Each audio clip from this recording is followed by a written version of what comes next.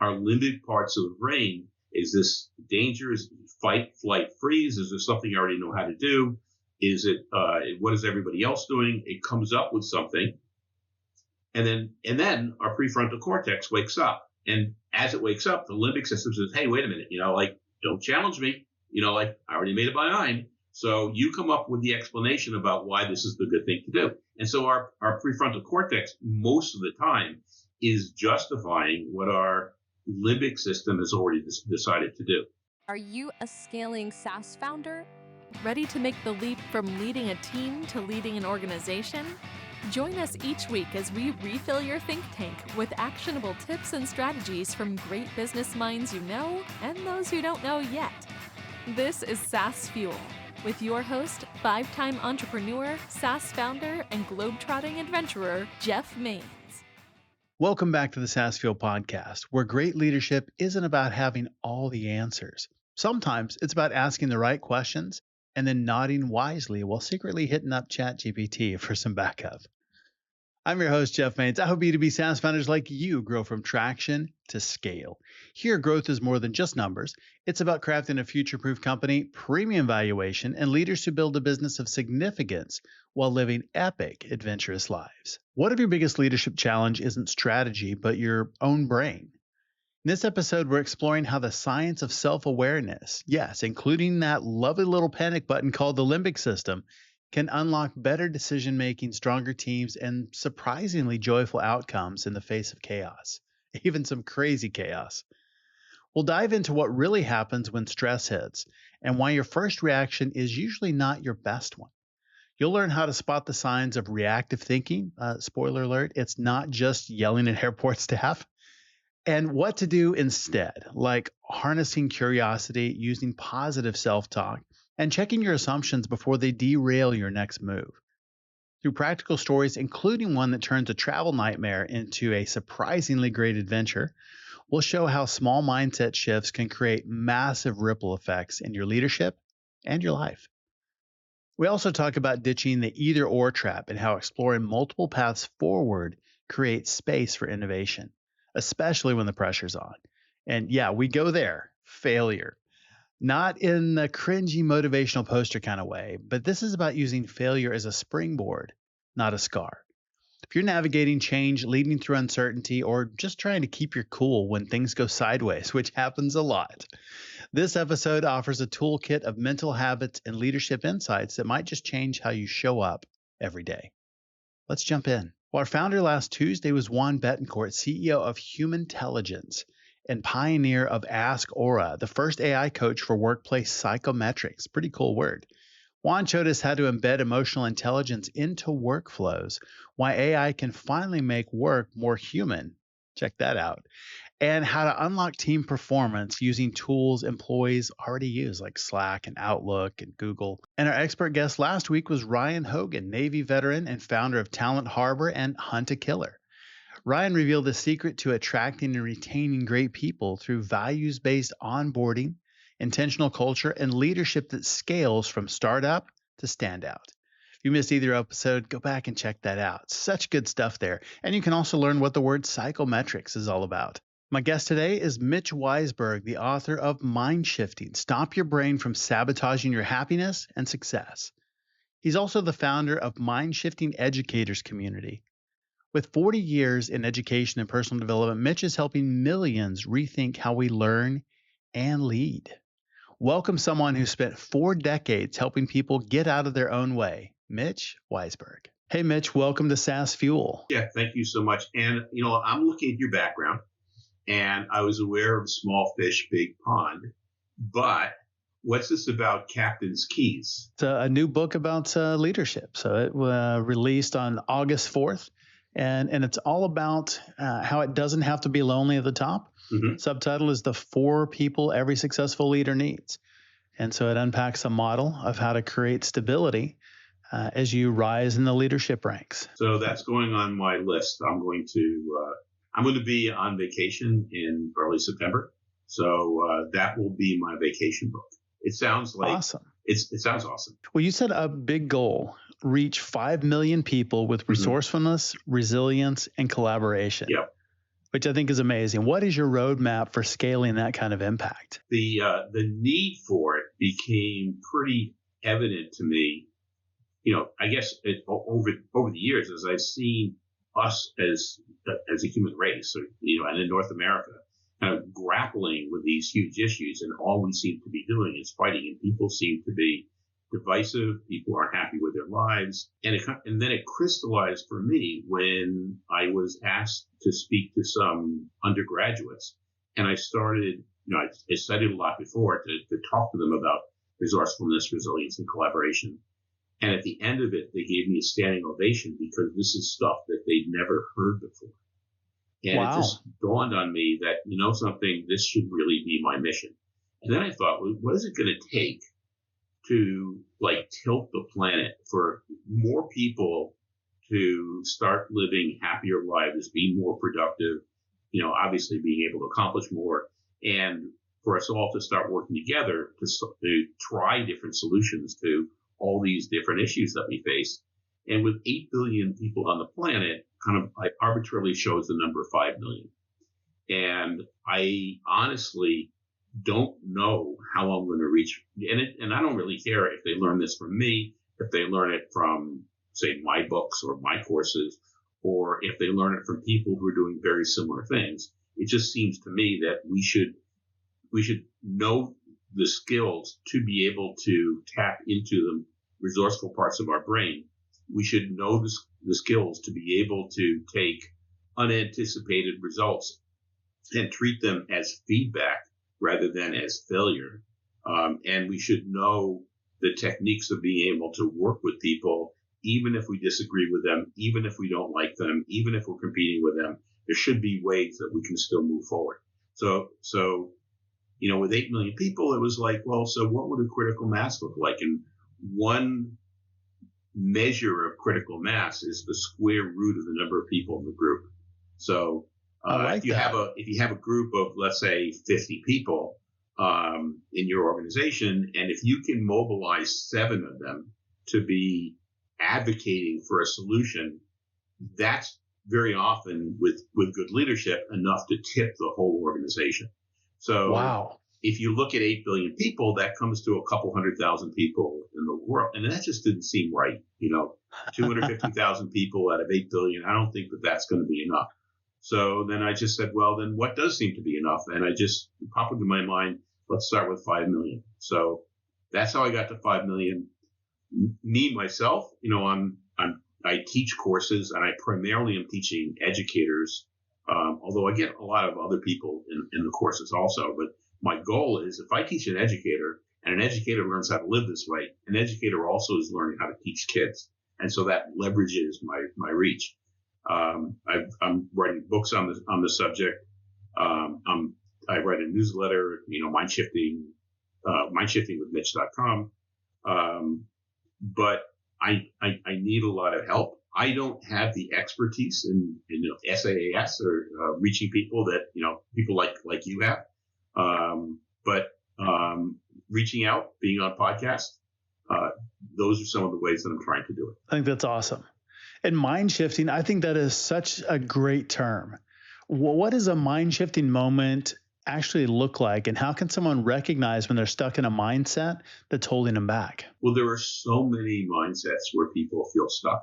I'm going to give you kind of a light example, let's say a travel example, okay? And we all, because airlines are so cooperative, right? They do more, they really try to help us out when they cancel their flights, right? And this is what happened to me. I was on vacation in the Maldives, of all places, and we had to fly from this small island we were on into the capital, and they wouldn't tell us what our flights were. And if the day before they say, we have to leave the island at 5:30 in the morning, and our flight out was going to be at 2:30 in the afternoon. And it's a 15-minute flight from the island. And I'm like, that's crazy. And they're flying from the island every hour. It's like, no, there's nothing you can do. And we were actually going to Thailand after that. And there's flights to Thailand every hour and a half. We can't get you on another flight. There's nothing that we can do. And they were just like, it's a small airport. There's no place to sit down.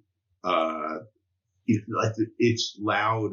And I knew this is going to be miserable. And, like any other human, I'm just getting like more and more upset. These people are just not cooperating. They don't care. I'm just, I'm flying business class. They should be able to accommodate me. All these things going through my head. And then it's like, all of a sudden, it's like, something? That's my survival brain. That's my limbic system just getting angrier and angrier. Calm down. Okay. What's the situation now? Well, the situation is that I'm in a place I've never been before. I will probably never be there again. I've got about 5 hours with my wife and my sister-in-law and my sister and my brother-in-law. And what's the best thing that we could do right now? And just that mind shift is like, well, something? We could tour the city. So I go, I start walking around. I find somebody who offers to take us around the city. And so he brings us on the boat to the major city. We walk around. We visit the mosques. We visit the marketplace.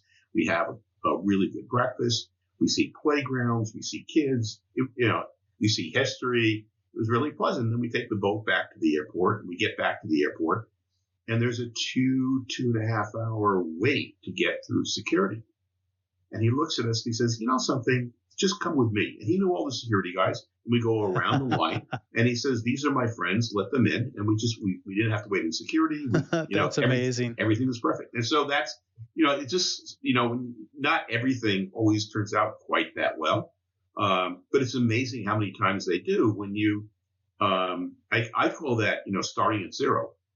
When it's instead of forgetting all the baggage, all the history, like, the flight's delayed or the wait time and nobody's, all that stuff that's going on in your head. And you say, wait a minute, what's the best thing that could happen given the situation that I'm in now? And you can generally find something.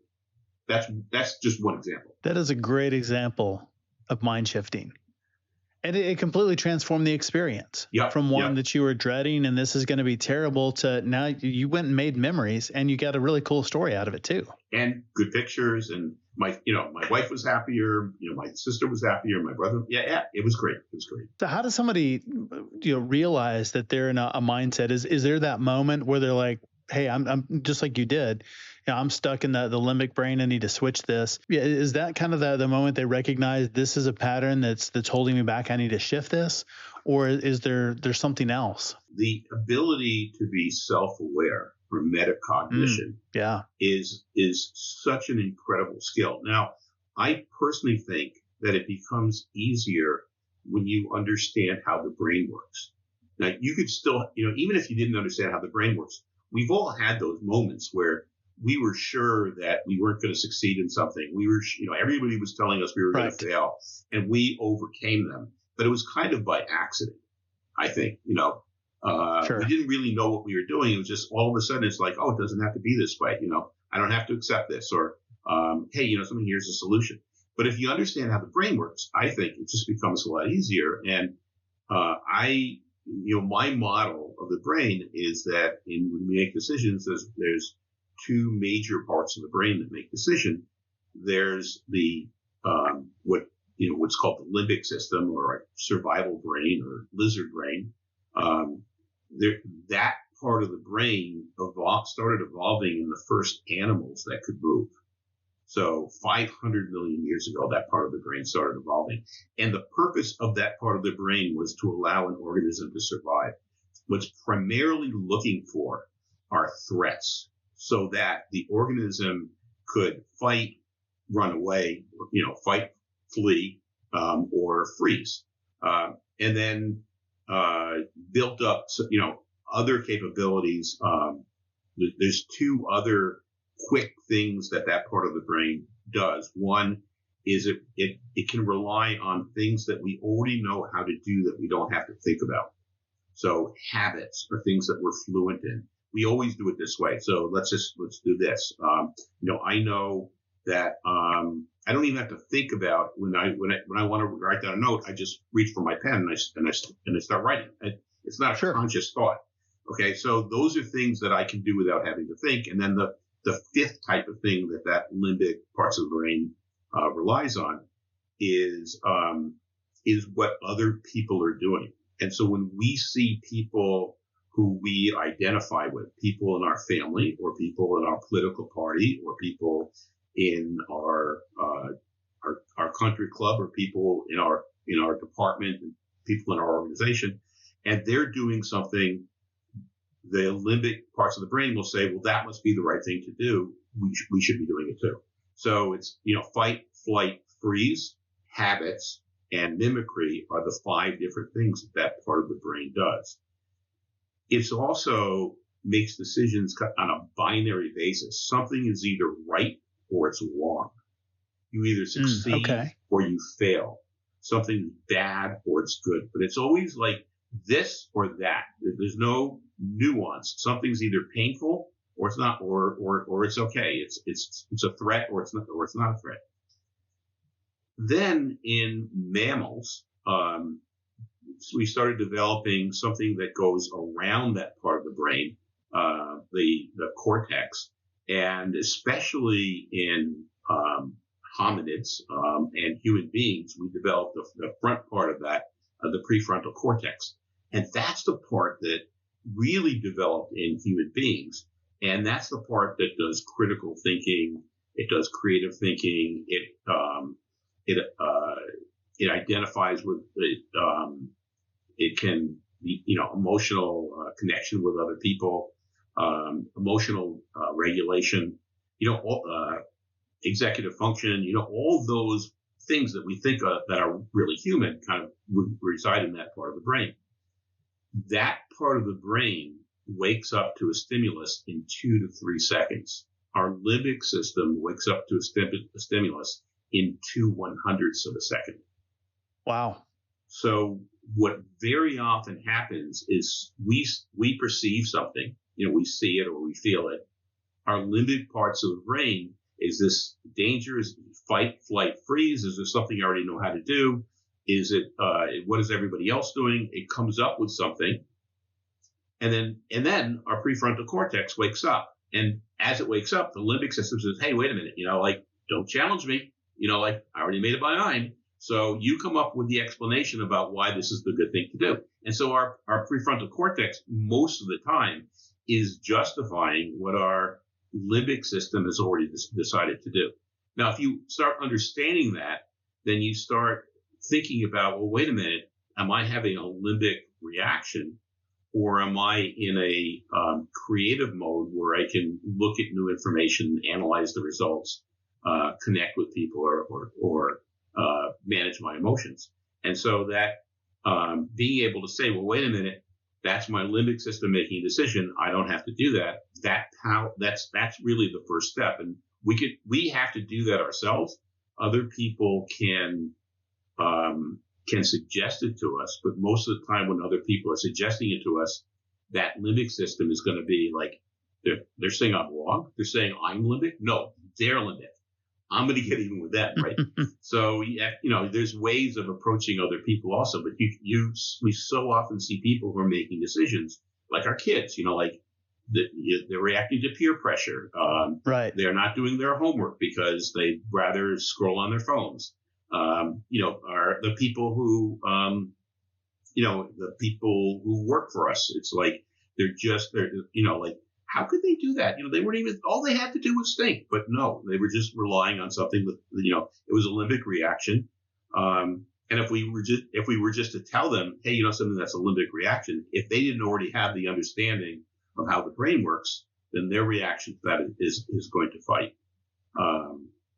So anyhow, self-awareness, that's the first thing. And there's, once you have self-awareness, there's actually, 3 other things that you can do to get out of that type of reaction. But I'm going to pause so that you can ask questions or ask for examples. Well, I think that self-awareness is something that is definitely table stakes. That's the first thing, is just really even recognizing that, hey, this is an issue and maybe there's something else.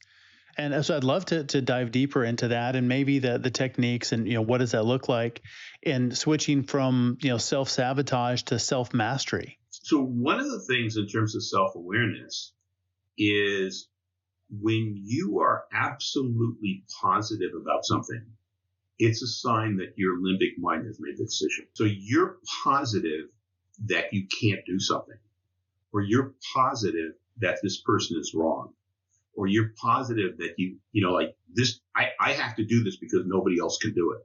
I'm going to give it to this person, but they're just going to screw it up. And so I might as well do it myself. When you're that positive about something, that's the time to step back and say, wait a minute, that's my limbic parts of the brain. And then maybe just being self-aware will get you to realize, well, wait a minute, that's my limbic system. Let me step back a little bit. Maybe you have to do some positive self-talk to yourself, like, hey, something, what do I really want here? Okay. Well, maybe, something we really disagree, and I still think that they're wrong, but what if they're seeing something that I don't see? What if they're 90% wrong, but I can still learn something from them? What if I'm only 80% right, not 100% right? What else can I learn? So there's questions that we can ask ourselves that open us up, which is really the kind of the second technique, because sometimes just being aware we're in limbic is enough. Sometimes opening statements or opening questions can get us into a more resourceful state of mind. Oh, that's really, really good. And just being open to that, I think, some of that just shows some humility and self-awareness that, is there anywhere that they're right? How are they right? What might they be seeing that I don't? What makes them think that? I assume that assume that they actually made came to a reasonable conclusion. Right. So how did they do that? What was the thought process? What do they see that I'm missing? How do they see it differently? And you had something like that on your website. I mean, you said that, your executive, I forget the name, executive coaching or executive group, that it's not for people who are always sure that they're always right? Yes. So you want people to work with you who understand that maybe some of the things that they're doing could change. They're not necessarily right all the time. Right. Oh, I need that, because I always think I'm right until somebody questions it. And then I have to think about that. Well, maybe they're seeing something that I didn't. And okay. So now I have a question for you then. Sure. You said, so what's your reaction when you realize that you might be wrong? I think it's questioning. I think it's curiosity. So tell me more. So that's the reaction that allows you to continue to improve and allows you to eventually reach your goals. The limbic reaction is when somebody says that you might be wrong, or when you question yourself like I might be wrong. The limbic reaction is, no, I've already decided this. I'm right. Okay. Right. Okay. So if you're, if again, in terms of self-awareness, when somebody says that you're wrong, or you start having the inclination that maybe you're wrong, and you feel yourself saying, no, I'm right, that's a good indication that this is a limbic decision, not a resourceful or a prefrontal cortex decision. Yeah, sometimes it is absolutely I am wrong. And sometimes we're saying the same thing, but we're approaching it different ways. And so it's that curiosity and it's the conversation really unpacking, okay, tell me more about that. Why, how do you see it? Where is it that I'm wrong? And sometimes we find out we're saying the exact same thing. We're just saying it differently. Right. And actually I find out that with my wife, I'm always wrong. So. Well, sometimes it's better to be wrong and happy. Right. Yes, exactly. What if a leadership book and a Netflix drama had a baby? That is The Captain's Keys, Storms, Emotional Wreckage, and a surprisingly practical leadership system that one CEO called the owner's manual and never got for 20 years of leadership. Here is the brutal truth. You're probably drowning in LinkedIn connections while starving for real relationships. I hear it all the time. Most leaders are exhausted from playing the lone hero, and it's killing both your results and your sanity. The Captain's Keys reveals a new leadership framework, the stability matrix, 4 specific relationships that prevent burnout while multiplying your impact. And this isn't just theory. It's a system that I've used to scale companies and taught over 1,000 executive leaders. So grab your copy today at thecaptainskeys.com, Amazon, or choose your own adventure. Print, ebook, or audio. Stop drowning alone and build your stability matrix. We worked a lot with educators and business leaders, and I think it's fascinating just the connections there. What are some common mindset traps that you see across both of those worlds? One of the traps is and it still stems from our limbic desire for things to be either the binary, there's a right way and there's a wrong way. But the whole way we look at situations, our natural inclination when we look at a situation is to assume there's going to be a right answer. There's a right way of going about solving it. And maybe we have to tap into somebody else to get it. But once we have it, then anybody who disagrees with that is going to be wrong. And we're going to do that, and it's going to solve the problem. And in real life, that almost never happens. But sure, like if I'm thirsty and I have a glass, I can reach for the glass and have, and drink some water. Okay. But in real life, there's going to be a lot more types of situations where the situation comes up and it's what we would call a complicated situation, meaning we need some expertise or we need more information or we need to analyze the information. And in addition, there are probably multiple solutions that could work. There may be trade-offs, but there's multiple solutions that could work. So as an example is, like a car, okay? There's how many different models of cars are there? And they virtually all work, okay? Sure. Now there's trade-offs. Some are more expensive, some are less expensive. Some have luxury, some don't have luxury. Some get better gas mileage. Some we like the color, whatever it is, there's trade-offs. But the fact of the matter is if we have to get from one place to another place, it probably doesn't matter that much which car we go for. Right. There's, now if you wanted to build a car, you need expertise. You need the information on how cars work. You need to analyze, what road conditions are going to be like. And, there's a lot of analysis and information and expertise that you need in order to build a car. But there's multiple solutions. Well, let's go into a situation that is complicated. And you're going in and you're sure that your solution is right, but everybody else is going in and they're assuming that their solutions are right. But if it's a complicated situation, it actually isn't going to make that much difference which solution you end up choosing. What's going to be much more important is that everybody's on the same plan.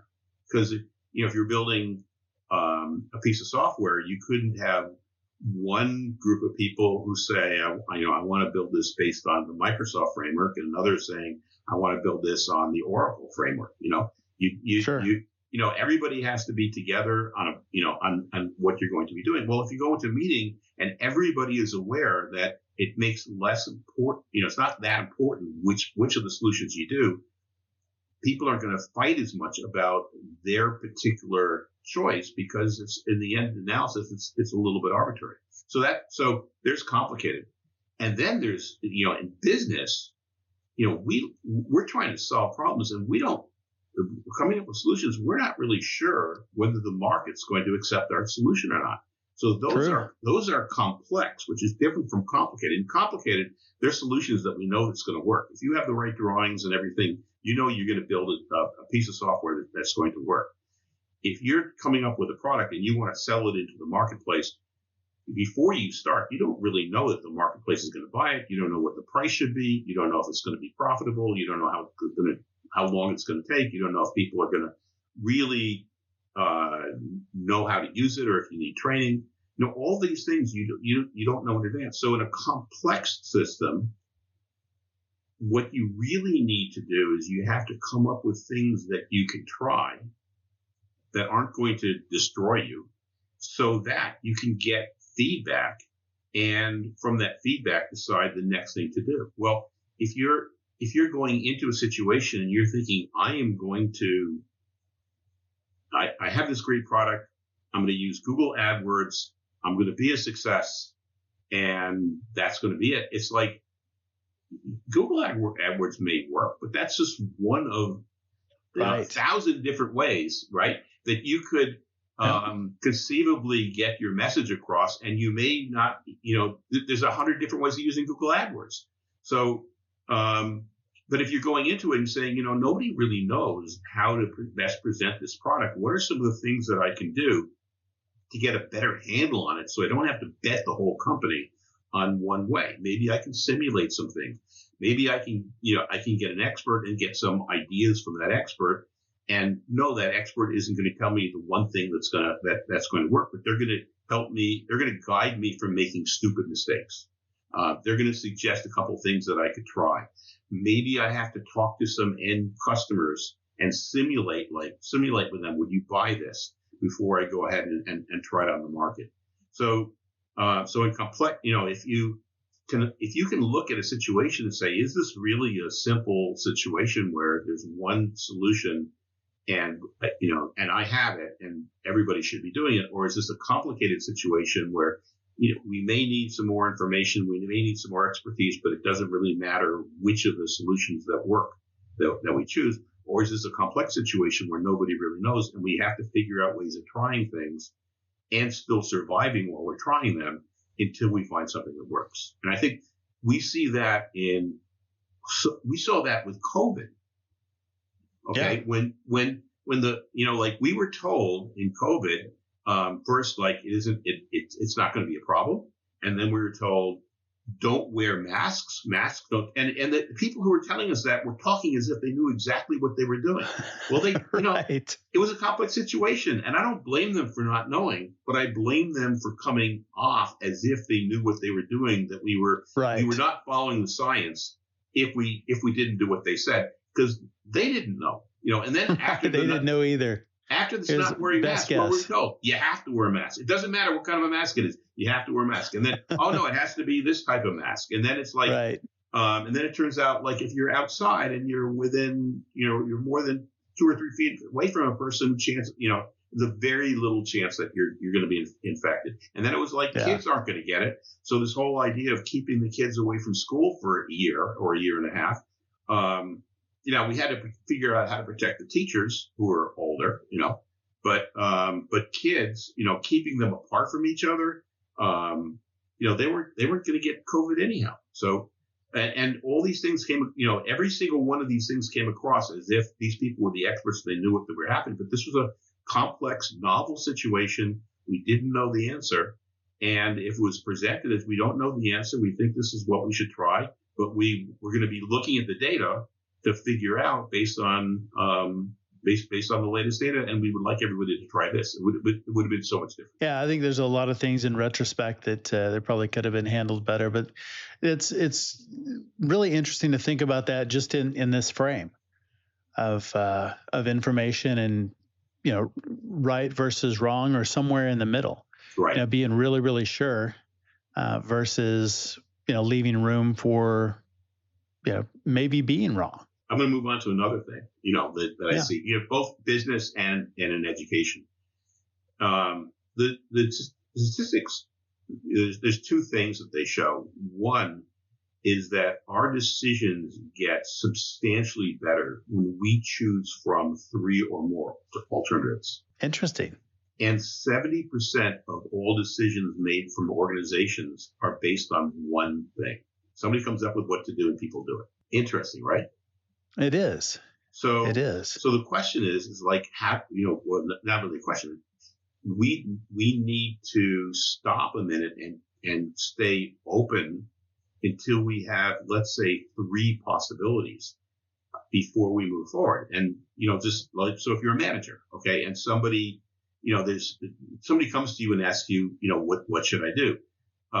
You could, of course, tell them what to do, but they're not going to learn anything. They're just going to do it, right? And then the next problem, you just train them to go to you with every single problem, right? You could say, well, come, look at it and come back to me with a solution, okay? And they'll, hopefully, they look at what they're going to do and they come back with a solution. Whether or not that works or not, if you don't think it's going to work, or if you do think it's going to work, you can still send them back and say, wait a minute, I want you to now come back with 2 other things that might work, and then tell me why you want to come with one of the three of those, or some combination. And so that gets them accustomed to thinking through a problem, coming up with more than one way that problem could be solved, comparing them, and then coming up with whatever it is that they could do.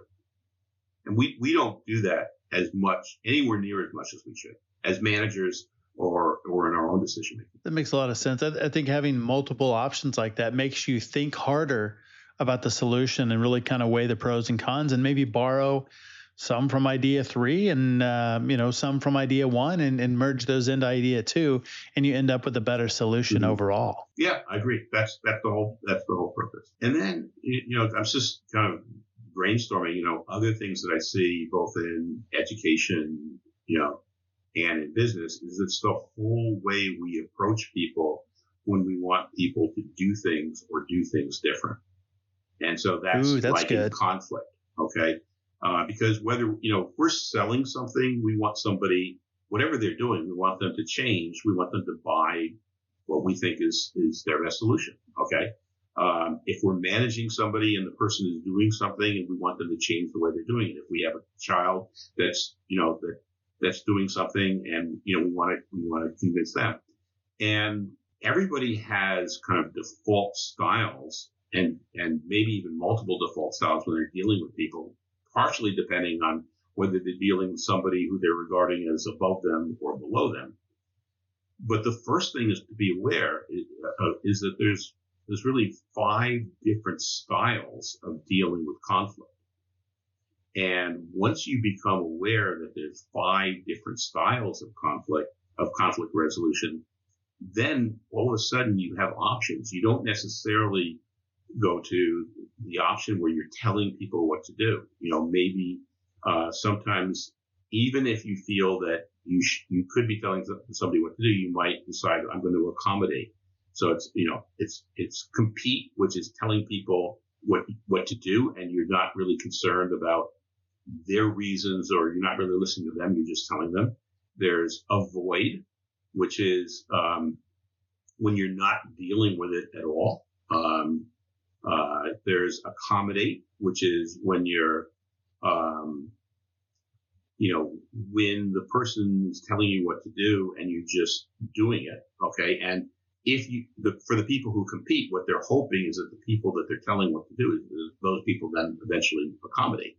And then there's collaborate and compromise, which are actually different things. Compromising is coming up with something that doesn't meet either person's needs or either side's needs, but is good enough that both sides are willing to accept it. And you would do something, you'd compromise on something where you don't think that you can come to an agreement, or it's really not that important. And, I'll tell you what, you ask for a 10% discount, I'll give you a 5% discount. Can we shake hands? Okay, that would be a compromise. Whereas collaborate is where you're trying to come up with something that works for both parties. And so in collaborate, somebody, again, in a sales situation, says, I really like what you're saying, but my budget is 20% less. Can you just do it for 20% less? And in compromise, you come up with something in the middle. And collaborate, you say, well, let's consider the things that are really most important to you.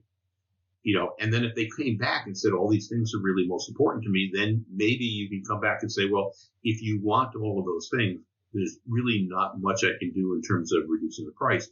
But maybe what I can do is I can throw, you mentioned this and my solution doesn't include this. Maybe I can do this and that will further meet your needs and justify it.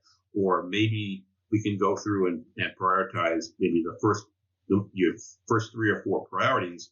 And we'll start with something that's a little bit less expensive.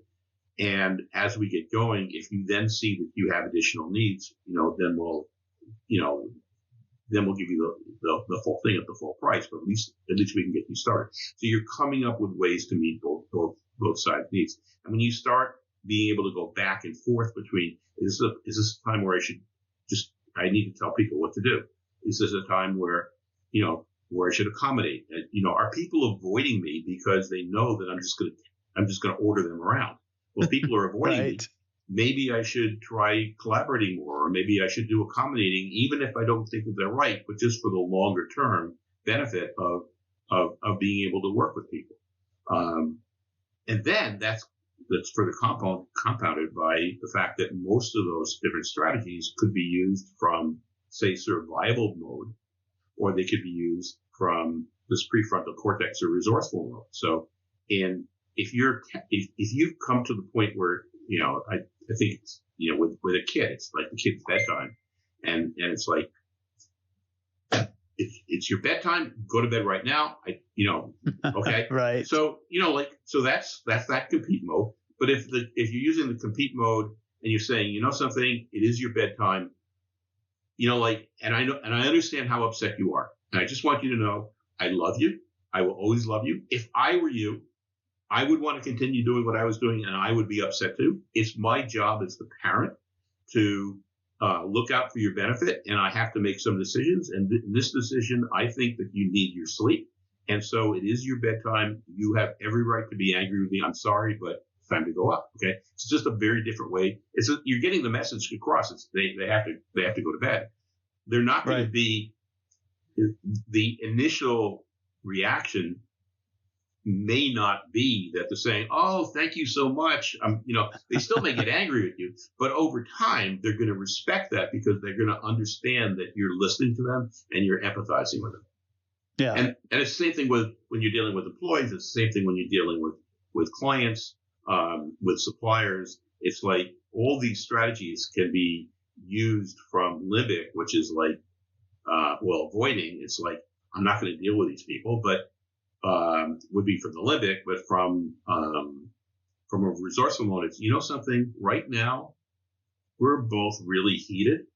Maybe we should just chill for a day and think it over and then get back together. And so you can use those strategies from both resourceful or prefrontal cortex, or from survival brain, or your limbic system. It's really, really smart. I love the 5 types of conflict resolution, and just, taking a step back and thinking, what's going to serve best in this moment, or with this person. What is it that's gonna work here? Because it's not just one thing. And what's going to work over the long term? Because it could be that you telling the person, no, you can't, the salesperson, no, you can't reduce the price. You telling the engineer, no, this isn't going to work. Go back and redo it. Maybe in the short term that's going to work, but maybe in the long term, something, if in this case, I allow this person to make their mistake, maybe in the long term, they're going to really learn a lesson, and so, it's thinking about it in short term and long term, and knowing that there's 5 different ways of going about it. And sometimes that is a really good way to do it, and make sure that you're going to let them fail small. But it's not going to work, but it's not going to be catastrophic. But this is not something that's a high stakes decision, and so let them do it. And sometimes maybe it does work after all.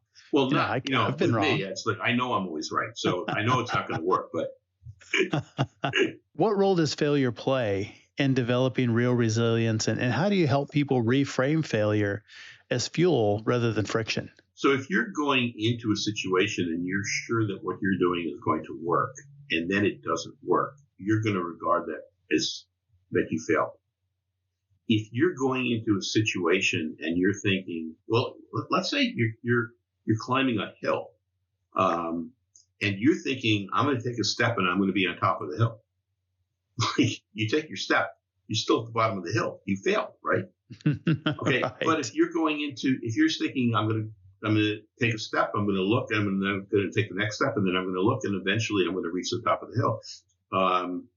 Then each step is just a reaction or response to the what happened previously and what could happen next. So I think a lot of being able to take in information and use it as feedback is the way we approach the situation from the beginning. So if we regard a situation as complex then we should know that nothing that we're going to do initially is going to fully solve the problem, but anything that we do is going to give us information that is going to allow us to adjust. So I think that's the biggest thing. And then the second biggest thing is when we do something and we're not necessarily in that mode and we start feeling like, oh my gosh, I'm failing, is to be able to have that, self-awareness, metacognition, say, hey, you know something? I'm reacting as if this is failing based on where I am now. What's the best thing that I can do next? And changing that to looking at the future rather than dwelling on what happened in the past and what your expectations were. I think the world is definitely changing and has in the last 5 years, and I think AI is really driving another shift. We're probably busier than we've ever been, connected and disconnected at the same time. Constant change, burnout has been a huge issue we've seen, especially in the last few years. What's your framework for helping leaders stay emotionally grounded and mentally clear in times that are kind of crazy? Well, so we went through two of the ways of getting into a resourceful mindset. Okay, one of which is self-awareness, and that just being aware that you're feeling a little bit burned out or that you're feeling angry, that might be enough to sometimes turn you around. Second, the positive self-talk, not positive self-talk in the sense like, come on, you idiot, you can do better. Come on, just work harder, just work smart. That's not right. Positive. The positive self-talk is the talk that opens us up. Like, gee, what would I really want to, based on where I am today, what would I really want to happen? What's a small thing that I can do in order to improve? Okay. So sometimes it's positive self-talk. Sometimes it's distraction, and distraction can be meditation or mindfulness, or it could be sports, or it could be listening to music. It could be taking walks, especially a walk in nature. But something that calms down that limbic part of us. And in most of the rest of the world, they take vacations. So, sometimes just getting away and taking a vacation will recharge our batteries. And those are the things that we can do for ourselves. And I would say another thing is having trusted people who can walk you down. Now, it could be like, well, I'm sure that your clients at times do things and they get upset and I'm really upset this doesn't work. And they're going to call you. And you're their trusted authority because you kind of walk them down like, okay, what did you expect that was going to happen? So having a trusted authority, such as Jeff Mays, or a spouse or friends or relatives, or even a therapist or coach. Okay. Sometimes, you need that, but those would be really the four ways. One is self-awareness. Second is self-talk that opens us up. Third is distractions, which might be mindfulness, or might be exercise or some activity that allows us to reground ourselves. It could be even a vacation. And the fourth is having some trusted advisor who can, who may be suggesting, something, you need to take a vacation. So I'm sure you've said that to people at times also. It's like, you're too close to this. You've been working 60 hours a week for 8 weeks. The problems will still be here when you get back. I'll work with your people, but just take 4 days off and relax, right? How do you see mind shifting transforming the next generation of founders and leaders? Where do we go from here? I'm going to get rich for people buying my books. Okay. But, sure. But you could certainly, people could buy the books and, if you read the book, you'll have an understanding of some of the different things you can do. But when you feel that you're stuck, then to go back to the book and say, something, I really don't think I can do this. Let me say, here's a technique called Perhaps I Can, or here's a technique called SCORE. So if I don't think that I can do something, let me try walking myself through the SCORE technique and see if that convinces me. Okay, here's a person who I know is really down. I want to coach them let me turn to the conflict and collaboration book and say, oh, something, here's a way that I can talk to a person and get them to start seeing for themselves how resourceful they really are and tap into their own resourcefulness. So I think, the books could be a way. There's lots of coaches on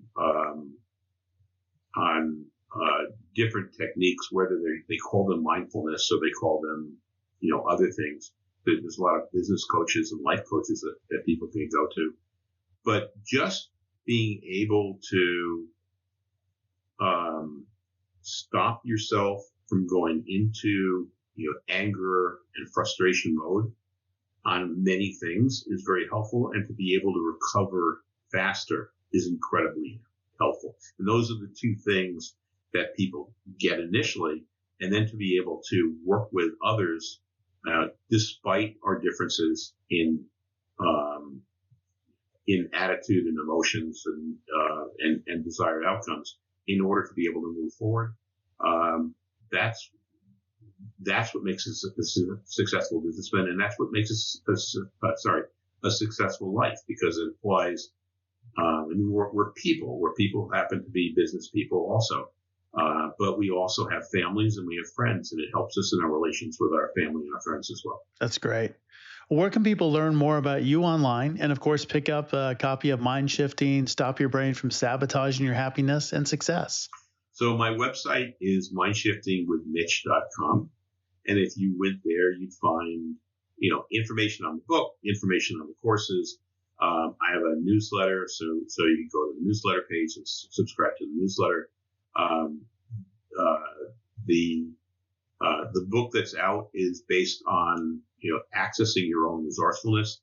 The next book will be out around November 1st, and that'll be on handling conflict and converting conflicts into constructive conflicts or into collaborative interactions with people. So Mind Shifting, Conflict and Collaboration, that'll be out in November. And that's where they can find out about it. Excellent. We'll make sure to link that in the show notes. And Mitch, it's been an absolute pleasure. Thanks for being on SaaS Fuel. Well, Jeff, thank you for having me. I know that a lot of your guests are offering specific techniques around, selling and, and bringing more traffic in over the web. And you and your clients know a lot more than that than I do. I hope that these techniques help them succeed in their businesses and their lives. We all need a mind shift. Thank you. Thanks again, Mitch, for coming on the show and sharing your journey and resources. You can learn more about Mitch and mind shifting at mindshiftingwithmitch.com. As always, all links, highlights, resources, and full show notes are available at saasfuel.com. And be sure to check out our YouTube channel as well. It's at Champion Leadership. Lots of resources over there for you. Thought leaders share. I'll bet you're one of those because you're here. Share this episode with someone who thinks that ChatGPT might just be their new co-founder. Everyone who shares this week gets a keyboard that auto-completes your visionary thoughts with buzzwords like synergy, scale, and disruptive sandwich model. What if a job hunt felt like using a great product? Clean, simple, and built around the user. Next week, Garrett Rice pulls back the curtain on Callings.ai, the platform reimagining how modern professionals navigate career transitions. From AI-powered guidance to beautifully human UX, this is job hunting as it should be, and perfect timing in today's market. Then our expert guest after that is Mike Barton, VP of Corporate Communications at AudioEye, where he's making the internet more inclusive, one line of copy and code at a time. From shaping Adobe's enterprise storytelling to driving awareness for accessibility, Mike knows how to turn complex tech into narratives that move the C-suite. He's proof that inclusive design isn't just ethical, it's effective. Be a great episodes. I will see you next time, and as always, enjoy the journey. Thanks for listening to SaaS Fuel. Full show notes for each episode, which includes a summary, key takeaways, quotes, and any resources mentioned, are available at saasfuel.com. Be sure to follow and subscribe wherever you listen to podcasts. And if you're enjoying the content and getting value from these episodes, please leave us a rating and review at ratethispodcast.com/SaaSfuel. We'll be sure to read these out on future episodes.